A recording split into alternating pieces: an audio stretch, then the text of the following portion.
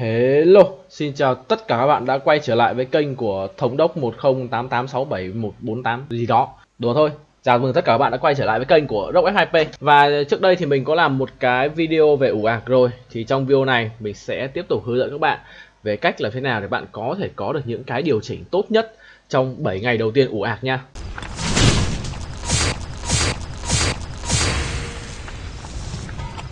Nếu các bạn cũng là một người yêu thích tựa game Rise of Kingdom thì đừng quên cho Rock F2P một like và đăng ký kênh nha. Và để theo dõi những video ủ ạc lần trước thì các bạn có thể ấn vào kênh của mình và kiếm cái danh sách phát hướng dẫn ủ ạc năm 2021 là được. Thì trong video này mình sẽ hướng dẫn các bạn thêm một số cái chi tiết nhỏ mà mình nghĩ là các bạn sẽ phát triển tốt hơn nếu các bạn làm tốt những cái điều này.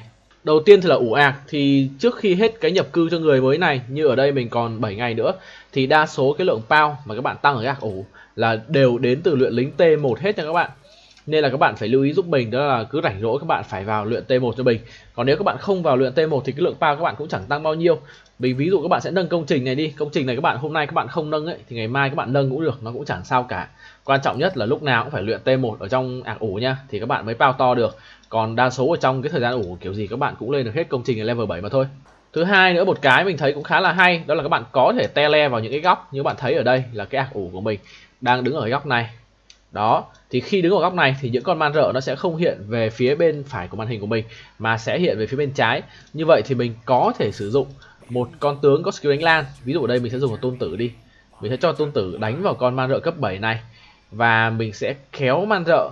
Thì thực ra nhiều bạn bảo là có gì mới kéo được man rợ, nhưng mà mình thấy là với cách này các bạn chỉ cần có một con tướng đánh lan thôi là các bạn đã có thể kéo được man rợ rồi. Và đặc biệt đó chính là vì là ủ các bạn khá là yếu nên các bạn chỉ đánh được những con man rợ cấp 12 trở xuống thôi. Thì những con man rợ này các bạn hoàn toàn có thể gọi ở trong game. Đấy, các bạn có thể ấn như thế này là con man rợ, ngay lập tức nó sẽ hiện cạnh thành phố của các bạn. Và các bạn có thể kéo rất là nhiều man rợ bằng cái cách này. Và nó sẽ rất là tiết kiệm AP nha, bởi vì các bạn chỉ tốn AP cho cái con man rợ đầu tiên mà thôi. Còn những con man rợ thứ hai, thứ ba thì các bạn sẽ không mất một cái gì cả. Đó, ở đây thì mình hơi fail một tí cho con man rợ nó yếu. Thì khi các bạn xem chiến báo, các bạn sẽ thấy là các bạn sẽ đánh được hai con man rợ, nó sẽ cho các bạn tài nguyên nè, tăng tốc và sách kinh nghiệm. Và đặc biệt là con tôn tử của mình cũng được kinh nghiệm do đánh tới hai con man rợ. Thì trong giai đoạn đầu tiên ủ ạc ấy thì chắc các bạn sẽ không có nhiều việc để làm, thì mình nghĩ là cái việc của các bạn rảnh rỗi các bạn kéo man rợ như thế này ấy, nó cũng có tác dụng rất là tốt nha. Nó sẽ giúp các bạn có cái khởi đầu tốt hơn so với bình thường. Ở đây mình tiếp tục kéo một con man rợ cấp 9 nữa, thì con man rợ này nó hơi trâu so với quy định một tí nha. Về sau này thì các bạn có thể có sử dụng lô ha kẹp tôn tử này, hoặc kẹp bất kỳ một con nào đó có đánh lan là được. Các bạn có thể sử dụng cái trick này, mình thấy nó rất là hay. Bởi vì nếu các bạn kẹp những con tướng mà có skill đánh man rợ ấy, thì các bạn có thể tận dụng cái bảng tài năng đánh man rợ để các bạn nhận thêm được cái gói tài nguyên khi các bạn kết thúc những cái con này nữa, rất là tốt nha. Về quốc gia để chọn khi ủ ạc thì như các bạn đã thấy rồi đó, bởi vì trong những ngày đầu tiên các bạn ủ, các bạn sẽ cần một con tướng đánh lan để các bạn có thể kéo được man rợ như mình nói. Như vậy không có gì tốt hơn là các bạn chọn Trung Quốc.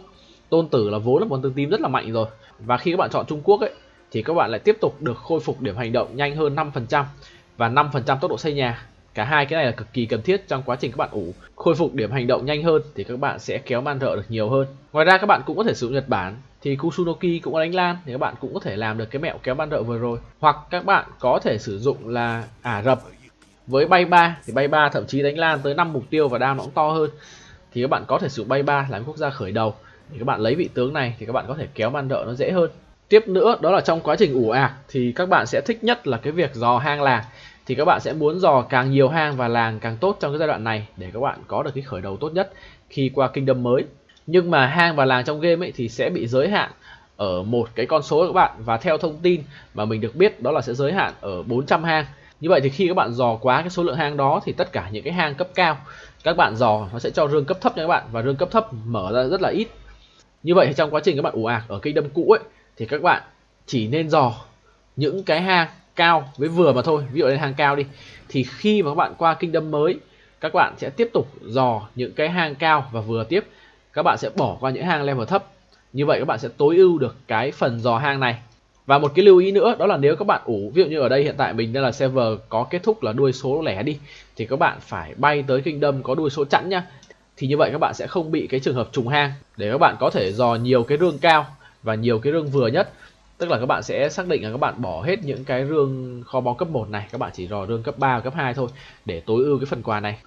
Một cái lưu ý nhỏ nữa mà mình nghĩ là cũng sẽ giúp các bạn ủ ạc nó thành công hơn, đó là thường thì các bạn không phải lúc nào cũng ngồi để ủ ạc cũng như dò hang làng được. Như vậy thì khi mà các bạn có công chuyện các bạn phải đi ra ngoài ấy, thì các bạn nên cho cái con lính do thám này nó đi dò hang ở càng xa càng tốt nha. Mình sẽ ví dụ ở đây đi. Đấy, đây là cái hang thấp. Thì như mình vừa nói, đó là nếu các bạn muốn ủ tối ưu nhất thì các bạn sẽ không dò cái hang này. Nhưng ở đây mình sẽ làm ví dụ các bạn luôn. Đó là mình sẽ dò một cái hang ở thật là xa. Thì cái con do thám này nó sẽ đi dò ra tít ngoài này cơ. Đó, thì khi mà mình rảnh rỗi ấy, thì mình sẽ dò những cái hang ở gần. Thì mình sẽ cho đi dò những cái hang ở gần như thế này thì nó sẽ đỡ mất thời gian hơn. Bởi vì nếu mà đến lúc mà mình rảnh rỗi mà mình lại cho đi dò mấy cái hang ở cách cả 30 phút, 40 phút đồng hồ như thế này ấy, thì rất là mất thời gian. Thì khi nào các bạn bận ấy, thì các bạn nên dò những cái hang ở xa này trước đi. Đó, ở đây mình dò cái con này nó đi mất 24 phút này. Thì cả đi cả về nó mất cả tiếng đồng hồ cơ. Vậy thì mình nghĩ là nó sẽ tối ưu về cái mặt thời gian hơn cho các bạn. Về cái vấn đề mà chọn Kingdom để ủ ạc ấy, thì thường Kingdom sẽ vào KVK vào cái ngày thứ bảy. Và các bạn nên ủ vào những server mà bắt đầu vào KVK. Thì các bạn có thể ấn vào cái hình quả cầu ở dưới góc phải màn hình này. Đó, các bạn ấn vào đây thì nó sẽ hiện lên là mùa chuẩn bị này, mùa 1, mùa 2, mùa 3, mùa chinh phạt. Thì thực ra mình thấy là các bạn nên ủ vào cái mùa 1, 2, 3 này hơn. Tức là những cái Kingdom mà bước vào cái KVK 1, 2, 3 thì các bạn nên ủ. Thì khi các bạn ấn vào cái danh sách vương quốc đã mất này, đó, 19 ngày là nó đã mở 19 ngày rồi nha. Còn ví dụ hiện tại mình đang ủ ở cái cụm này, cụm S21041 này thì mới mở được 2 ngày thôi, tức là mở thứ bảy tuần trước ấy. Thì các bạn nên tạo cái account vào cái ngày thứ bảy, tức là nó vừa vào KVK là các bạn tạo luôn. Thì các bạn sẽ được ăn một số cái sự kiện trong cái giai đoạn này. Nhưng mà mình nghĩ là để tối ưu nhất ấy, thì các bạn nên tạo account ở những kingdom này vào khoảng ngày thứ 5. Khi các bạn tạo vào ngày thứ 5 ấy thì các bạn sẽ đóng góp cho cái liên minh của các bạn được, để qua cái tuần sau các bạn có thể ăn được cái mốc là 50k cống hiến. Đấy, mình sẽ ví dụ là mình tạo account này ngày thứ 5 đi, thì các bạn sẽ vào các bạn đóng góp công nghệ. Thì về đóng góp công nghệ ở đây thì mình khuyên các bạn là nên đóng góp những cái công nghệ mà nó tốn đá nha. Bởi vì đá thì các bạn sẽ không dùng nhiều ở trong giai đoạn này. Thì các bạn cứ cái công nghệ mà tốn đá thì các bạn đóng góp. Đó.